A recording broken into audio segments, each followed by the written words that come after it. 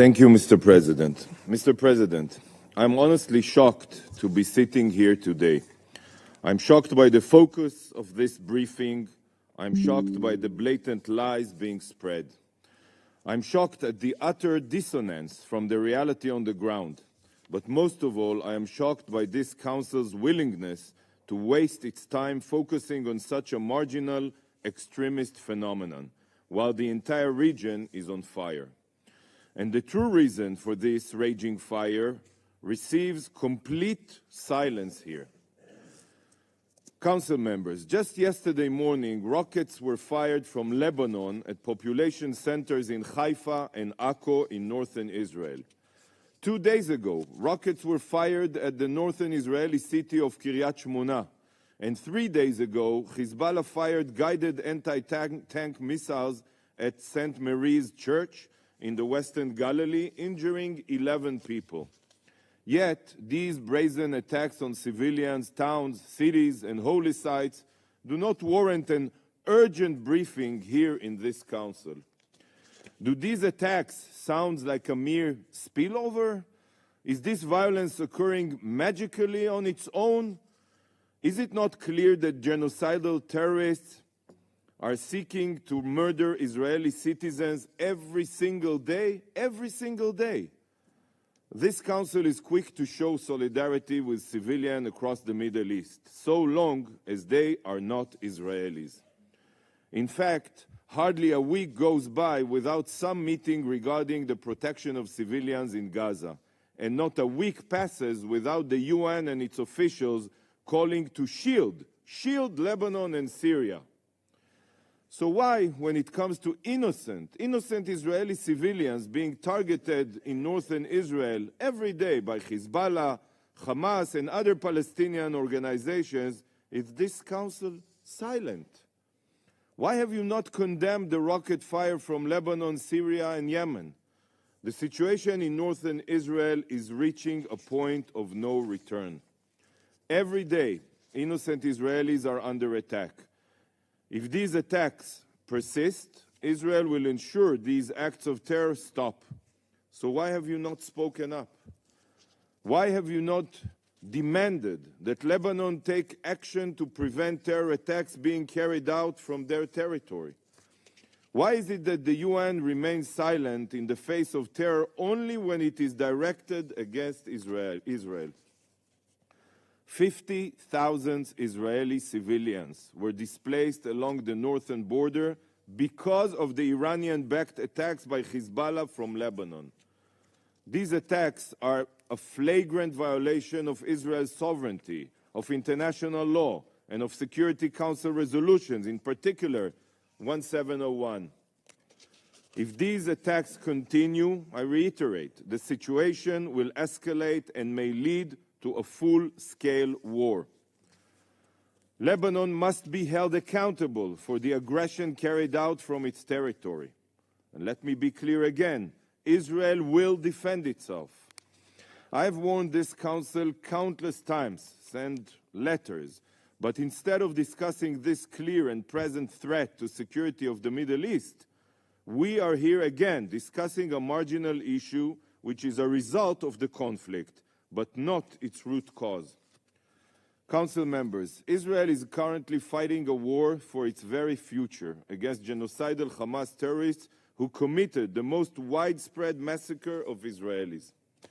84 days after 1,300 Israelis were butchered, and while 129 are still being held hostage in Hamas terror tunnels, this Council still has not even condemned the Hamas Nazis' attack. Does this Council truly believe that the disgraceful act of a handful of extremists, Israeli extremists, are the true roadblock to a solution? Is this the topic that the Council should be focused on today? Acts of violence, mostly damage to property, which Israel's police force is cracking down upon to the full extent of the law? Rockets are raining down on Israel's north and south. Entire families have been burned alive by Hamas ISIS. But extremist violence is the hurdle to peace?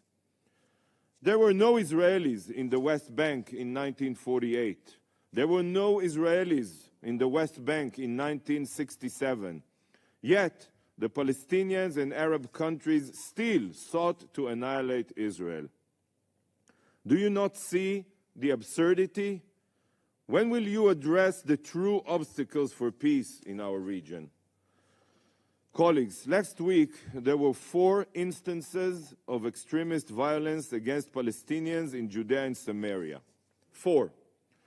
And if you look at the numbers over the past 3 months, it is clear that extremist violence is de-escalating, contrary to the focus of this briefing. Israel condemns every act of violence. Israeli leadership, contrary to what was said here today, has made this clear. We condemned it. And not only are such crimes condemned by Israel, severe action is also being taken to combat it. Arrests have been made, indictments have been issued, and we make every effort to bring all perpetrators to justice. But still, this is a marginal issue, and it is in decline. So why has the Council dedicated an urgent briefing to this topic in the midst of a war? But if you want to discuss Judea and Samaria, or the West Bank as you call it, despite a war raging in the south and another war brewing in the north, let's talk about the widespread phenomenon that is truly threatening the situation in Judea and Samaria, Palestinian terror. Let's talk numbers. Since October 7th, there have been 1,028 shooting, stabbings, and IED attacks by Palestinian terrorists against Israelis. 1,028.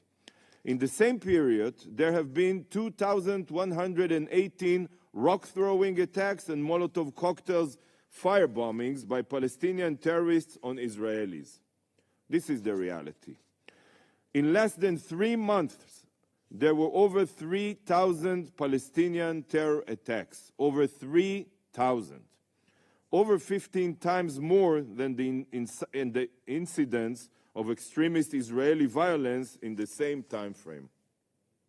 Throughout 2023, nearly 8,000 Palestinian terror attacks were carried out against Israelis in Judea and Samaria. Yet, according to OCHA reports, these attacks are virtually non-existent. This council is being lied to, because for the UN and its agencies, the truth is subjective. This is not only the case regarding Palestinian terror in Judea and Samaria. This is also the case in Gaza and wherever there is Palestinian terror carried out against Israelis. The UN either distorts or ignores the facts regarding Israeli terror victims. The UN is one of the main driving forces for the sick phenomena we are seeing now. From October 7th, atrocity denial to the denial of rape and sexual violence perpetrated by Hamas. The UN is an accomplice of terror organizations and anti-Semites. Because for the UN, Israeli lives don't matter. Israeli lives don't matter. Why is it that the casualty numbers supplied by the Hamas Ministry of Health are immediately taken at face value here, while Israeli evidence of Hamas's atrocities needs to be authenticated through the UN's rigorous triangular verification process? As we count our injured, missing, and murdered in the wake of the October 7th massacre, we are again learning just what a long process it is to draw up an accurate and reliable list of civilian casualties, even with the most sophisticated capabilities in place. Yet, Hamas's so-called Ministry of Health is always able to immediately determine the number of injured or dead after every incident. Does it not make you ask yourselves whether there is any truth to Hamas's numbers that the UN is so quick to parrot? The UN has no system to verify the lies of terrorists. I said it and I'm saying it again now. To the UN, genocidal terrorists are more trustworthy than the law-abiding democracy of Israel. For the UN, thousands of terror attacks against Israelis in the West Bank and elsewhere are not important enough to be reported upon, whereas marginal cases of extremist violence become the main focus of an urgent Council briefing. The poisonous bias of UN agencies truly knows no bounds. Council members, this body has been weaponized to brand the side defending itself against terror as the source of the problem. Rather than advancing real solutions for combating murderous terrorist organizations, this council is focusing on Israel's counter-terror operations in Judea and Samaria. So I want to make the facts clear. Every single one of Israel's military operations in Judea and Samaria has one goal and one goal only: to neutralize ticking terror time bombs. Over 80% of the Palestinian fatalities during Israel's counter-terror operations were known and armed terrorists. Over 80%, and we have the names. But the UN refuses to verify the facts, and this council immediately accepts the libelous numbers which are detached from the context of the war against terror. As a result of this week's mission in Tulkarem, just one example, which targeted Palestinian Islamic Jihad and Hamas terror infrastructure, the IDF seized many rockets and weapons and uncovered an explosive lab. Do you think that Israel wishes to risk the lives of our soldiers by entering these Palestinian cities? Do you truly think we want to put our troops in harm's way? Of course not. Sadly, the only reason Israel is forced to carry out these operations is because the Palestinian Authority refuses to root out the jihadist terrorists themselves. Israel will always defend itself. We will always take action against threats to our citizens, just as any of your countries would. And if the Palestinian Authority stands idly by, Israel will act. If you are truly impartial, the truth about the Israeli-Palestinian conflict is very simple.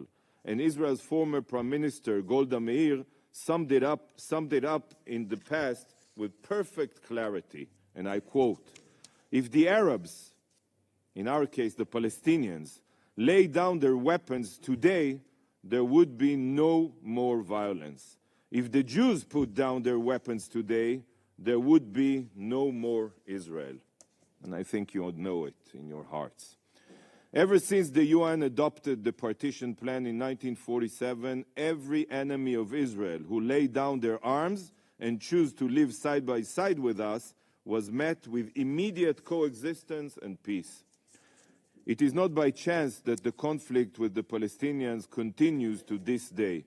It is not because of Israeli military operations. It is not because of extremist violence. It is solely because of Palestinian terror and Palestinian incitement against our right to exist as a Jewish state. It is the sheer evil of Hamas that prefers to annihilate Israel while oppressing Gazans. It is the pay-for-slave policy of the Palestinian Authority and their indoctrination to jihad. And sadly, it is also the indifference of the UN and this Council to their heinous crimes. Time and again, this Council refuses to address the real obstacles and continues to dedicate time and energy to discussions that will bear no fruit. It's sad, truly sad. Dear colleagues, this Council is suffering from the streetlight effect. What is this effect, you may be wondering? So I'll remind you. A drunk man is stumbling around under a streetlight at night looking for his keys that he lost. A police officer approaches him and begins to help him search. After a couple of minutes, the police officer turns to the man and asks, I can't see your keys anywhere. Are you sure that you lost them here, under the street lamp? The man turns to the officer and says, no, I lost them in the park, down the road. I'm only looking for them here because this area isn't dark. So, distinguished council members, you are constantly being dragged underneath the streetlight. The distortion of UN agencies also drag you underneath the same streetlight. But there is nothing to be found under the streetlight. It's just easier to spend your time underneath it. Today, you have been dragged here again by the Arab League to give you the impression that the core of the conflict is not Palestinian terror, but Israel's acts of self-defense from Palestinian terror. Rather than spend this council's valuable time discussing the only way to resolve the conflict, you are being briefed by vehemently biased anti-Israel briefers. The Council has never invited a briefer who is truly impartial or can say even one word of criticism against the Palestinian Authority or the Palestinian leadership. This is why you are being falsely told that Israel's actions are the obstacle to peace, while Palestinian terror is hardly even mentioned, let alone discussed or addressed. Mr. President, if this Council's noble cause is to bring peace and security to the Middle East, I suggest it start with the situation at hand, namely Hamas, Hezbollah, their Iranian puppet masters, and all other genocidal jihadists threatening stability in the region. And there is only one solution to ending this war immediately, the war in Gaza. The Hamas terrorists must turn themselves in and release all hostages. This is the only solution, and this is precisely what this Council should be focused on advancing. Can the Council unite to back this solution? Sadly not. The Council cannot even come together to condemn the atrocities of October 7th. It is heartbreaking to see this Council not taking any constructive steps to end the war in Gaza. But it is particularly heart-wrenching to see the Council's inaction towards freeing our hostages from Hamas. It is shameful that the suffering of innocents, women, babies, the elderly, who were kidnapped from their beds, have become a footnote to this Council, to the Secretary General, to the International Red Cross, and to all UN bodies. I reiterate, calling for their release is not enough. The world must remember them every day. They committed no crime, and now they are locked away in a dark terror tunnel in Gaza. While the UN may choose indifference, Israel will not stop until we bring them home. Our hostages will not be forgotten. The world and the people of Gaza must know their names in order to remember why the war in Gaza is ongoing and will continue until we bring all of the hostages home. These are our hostages, and for them we will never stop fighting. And I want to read their names here. Tamir Adar, Alon Ahal, Yosef Chaim Ochanuna, Dror Or, Avinatan Or, Tomer Yaakov Achmias, Guy Iluz, Muhammad El Atrash, Liri El Bag, Yitzhak El Garat, Yosef Yusuf El Ziyadana, Hamza El Ziyadana, Idan Alexander, Farachan El Kadi, Ronen Engel, Matan Engerst, Aviv Atzili, Noah Argamani, Karina Arayev, Elkana Buchbut, Yogev Buchshtev, Amit Esther Buskila, Kfir Bibas, Yarden Bibas, Ariel Bibas, Ehud Ben Amir, Ron Binyamin, Agam Berger, Kirill Brodeski, Saar Baruch, Uriel Baruch, Rom Broslavski, Ziv Berman, Gali Berman, Almong Jian, Ran Guili, Menachem Meni Godard, Hirsch Goldberg Polin, Oren Goldin, Romy Gonen, Maya Goren, Daniel Gilboa, Guy Gilboa Dalal, Yitzhak Galaranter, Carmel Gat, Shaked Dahan, Evyatar David, Emily Damari, Oz Daniel, Ori Danino, Alexander Danzig, Sagi Dekel Chen, Yair Horn, Eitan Horn, Inbal Heyman, Louis Herr, Maxim Harkin, Omer Vinkret, Shlomi Ziv, Aryeh Zalmanovich, Gad Chagai, Tal Chaimi, Asaf Hamami, Itai Chen, Alexander Trofnov, Dolev Yahud, Arbel Yahud, Ohad Yahalomi, Yair Yaakov, Eden Yerushalmi, Nimrod Cohen, Elia Cohen, Segev Khalfon, Ravid Aryeh Katz, Alex Alexander Lubanov, Naama Levi, Eitan Levi, Or Levi, Shai Levinson, Shani Luke, Eliakim Libman, Judy Lin, Oded Lifshitz, Gad Moshe Moses, Avraham Monder, Eitan Mor, Omri Miran, Shlomo Mansur, Yoram Metzger, Eliyahu Margalit, Simon Marman, Omer Maxim Nutra, Michel Nissenbaum, תמיר נמרודי, איתי סבירסקי, קיט סיגל, שירי סילברמן ביבס, יונתן סמרנו, אלמוג סרוסי, צחי עידן, נדב פופלבל, חיים פרי, דניאל שמעון פרץ, מתן צנגאוקר, אנדרי קוזלוב, דוד קוניו, אריאל קוניו, אמירם קופר, בר קופרשטיין, עופרה קידר, עופר קלדרון, אלעד קציר, ליאור רודאיף, טל שוהם, דורון שטיינברכר, עומר שם טוב, יוסי שרעבי, אליהו שרעבי, אוריון הרננדז רדו, ביפין ג'ושי, סורסה קלמנר, ג'ושוע מולל לויטו, סונסאיה אוקרסר, נטפונג פינטה, סודסיתק רינתלק, בנוואט סייטסו, וואצ'רה סריאון, סתיאסן סואנקם, פונגקס דאטאמה. These are our hostages, and for them we will never stop fighting. We are fighting for their release, and you too, distinguished council members, should be doing the same. Thank you, Mr. President.